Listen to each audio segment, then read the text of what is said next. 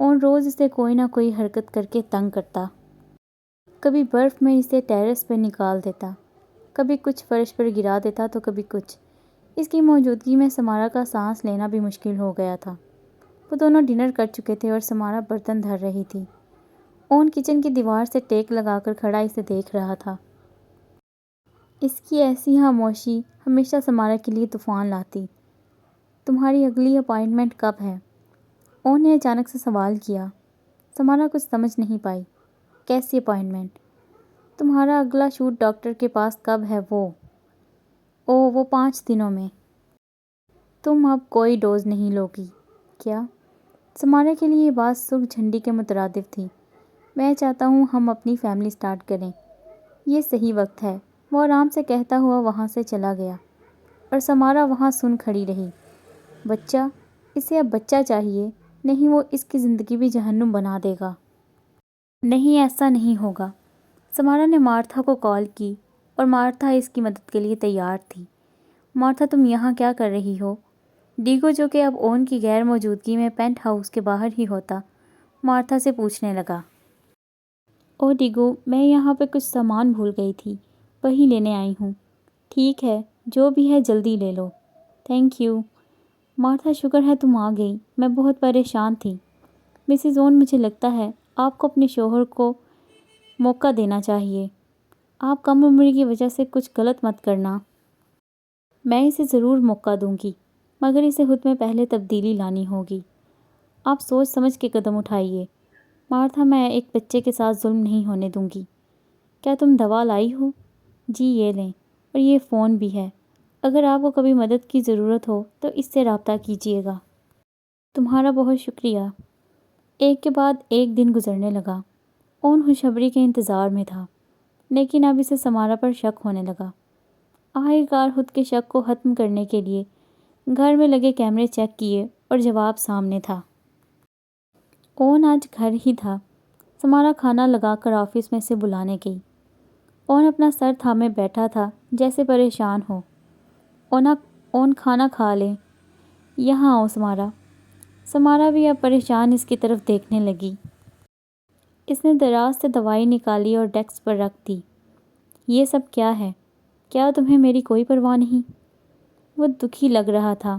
سمارا نے اسے واقعی گھائل کیا تھا۔ اون، آپ کو یہ کیسے ملی؟ کیا یہ اہم ہے؟ اہم بات یہ ہے کہ تم کب سے مجھے دھوکہ دے رہی ہو۔ اون، آپ مجھ پر ظلم کرتے ہیں۔ ظلم؟ تم ہمیشہ وہ کرتی ہو جس سے میں منع کروں۔ آپ؟ اس کے منہ سے اگلا لفظ نکلتا اس سے پہلے اون نے اسے گلے سے دبوچ کر سامنے ڈیسک پر گرا دیا۔ وہ اس کا گلا دبا رہا تھا۔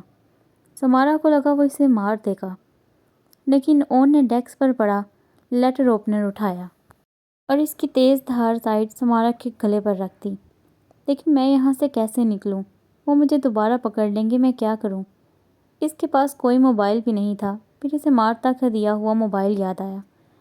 اس نے وہ باتھ روم میں ہی چھپا رکھا تھا۔ اسے سمجھ نہیں آ رہا تھا کہ کسے کال کرے۔ آخر اس نے لوفین کو کال کی۔ سمارا، کیسی ہو تم؟ کہاں ہو؟ تم جانتی ہو میکس کے ساتھ کیا ہوا تھا؟ لوفین، اس سے بات کرنا مشکل ہو رہا تھا۔ لوفین، مجھے بچا لو۔ مجھے یہاں سے نکال لو پلیز، اون مجھے مار دیں گے۔ سمارا، گہرا سانس لو اور پھر مجھے بتاؤ۔ سمارا نے اسے سب کچھ بتا دیا۔ تمہیں پولیس کو بتانا چاہیے۔ نہیں، پولیس نہیں، مجھے بس یہاں سے نکلنا ہے، میری مدد کرو۔ آخر کئی بار کی منت کے بعد لوفین مدد کے لیے تیار تھی۔ اس نے سمارا کو اگلے دن اسی وقت کال کرنے کا کہا۔ اون سکون سے بیٹھا ڈنر کر رہا تھا اور سمارا اسے مسلسل بالوں کی اوٹ سے دیکھ رہی تھی۔ مون امور، کیا بات ہے؟ کچھ نہیں، کچھ بھی تو نہیں۔ ٹھیک ہے، مجھے کچھ کام ہے میں آفس جا رہا ہوں۔ آخر وہ اتنا پرسکون کیسے ہے؟ میں پاگل ہو جاؤں گی۔ اگلے دن میکس نے اس سے بات کی۔ تم جانتی ہو تم جو کہہ رہی ہو وہ سنگین ہے۔ میں جانتی ہوں، پر مجھے یہاں سے نکلنا ہے۔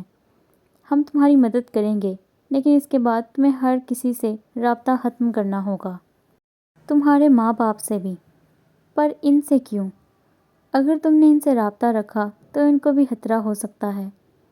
لوفین تمہارے لیے نئی شناخت کا انتظام کر رہی ہے۔ فیصلہ مشکل تھا، پر اس نے حامی بھر لی۔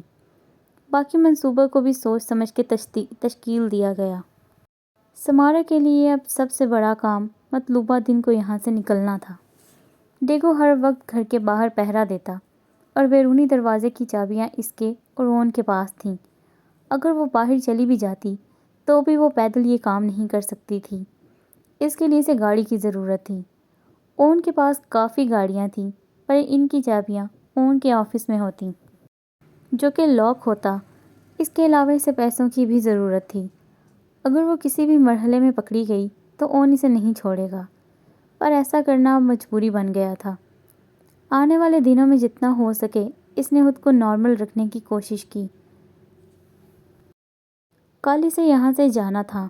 میکس اور لوفین نے سب انتظام کر لیا تھا۔ اسے یہاں سے نکل کر اسٹیشن تک پہنچنا تھا، پر اس سے پہلے سمارا کو آفس کی چابیاں حاصل کرنی تھیں جو کہ صرف اون کے پاس ہوتی۔ اون گہری نیند میں تھا۔ پچھلے کئی دنوں سے وہ رہ کر چیک کر رہی تھی کہ اون کب گہری نیند میں ہوتا ہے۔ اون کا موبائل اور چابیاں سائڈ ٹیبل پر تھیں۔ سمارا دبے پاؤں چلتی ان تک پہنچی اور کمرے سے باہر نکل گئی۔ وہ آہستہ آہستہ سے آفس کے دروازے تک پہنچی۔ اپنے دل کی دھڑکن وہ صاف سن رہی تھی۔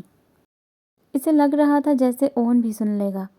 آفس کا دروازہ کھول کر اس نے لاک سسٹم میں ببل گم پھنسا دی تاکہ وہ دوبارہ لاک نہ ہو۔ اسی طرح سے دبے پاؤں چلتی کمرے میں گئی اور چابیاں واپس رکھ کے لیٹ گئی۔ وہ ساری رات کل کا پلان ذہن میں دہراتی رہی۔ نیند اس سے کوسوں دور تھی۔ مونامور، تم ٹھیک تو ہو؟ جی، کیوں، کیا ہوا؟ تم کچھ بے چین لگ رہی ہو۔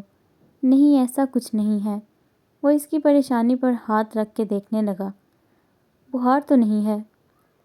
تم کو چھپا رہی ہو، کہیں اون کو پتہ تو نہیں لگ گیا؟ نہیں، ایسا نہیں ہے۔ میں ٹھیک ہوں، آپ پریشان نہ ہوں، سمارا نے مسکرا کر کہا۔ اون نے جھک کر اس کا بوسہ لیا اور چلا گیا۔ دوپہر ہونے کو تھی، مطلب منصوبے پر عمل کرنے کا وقت آ چکا تھا۔ اس نے کھڑکی سے باہر دیکھا۔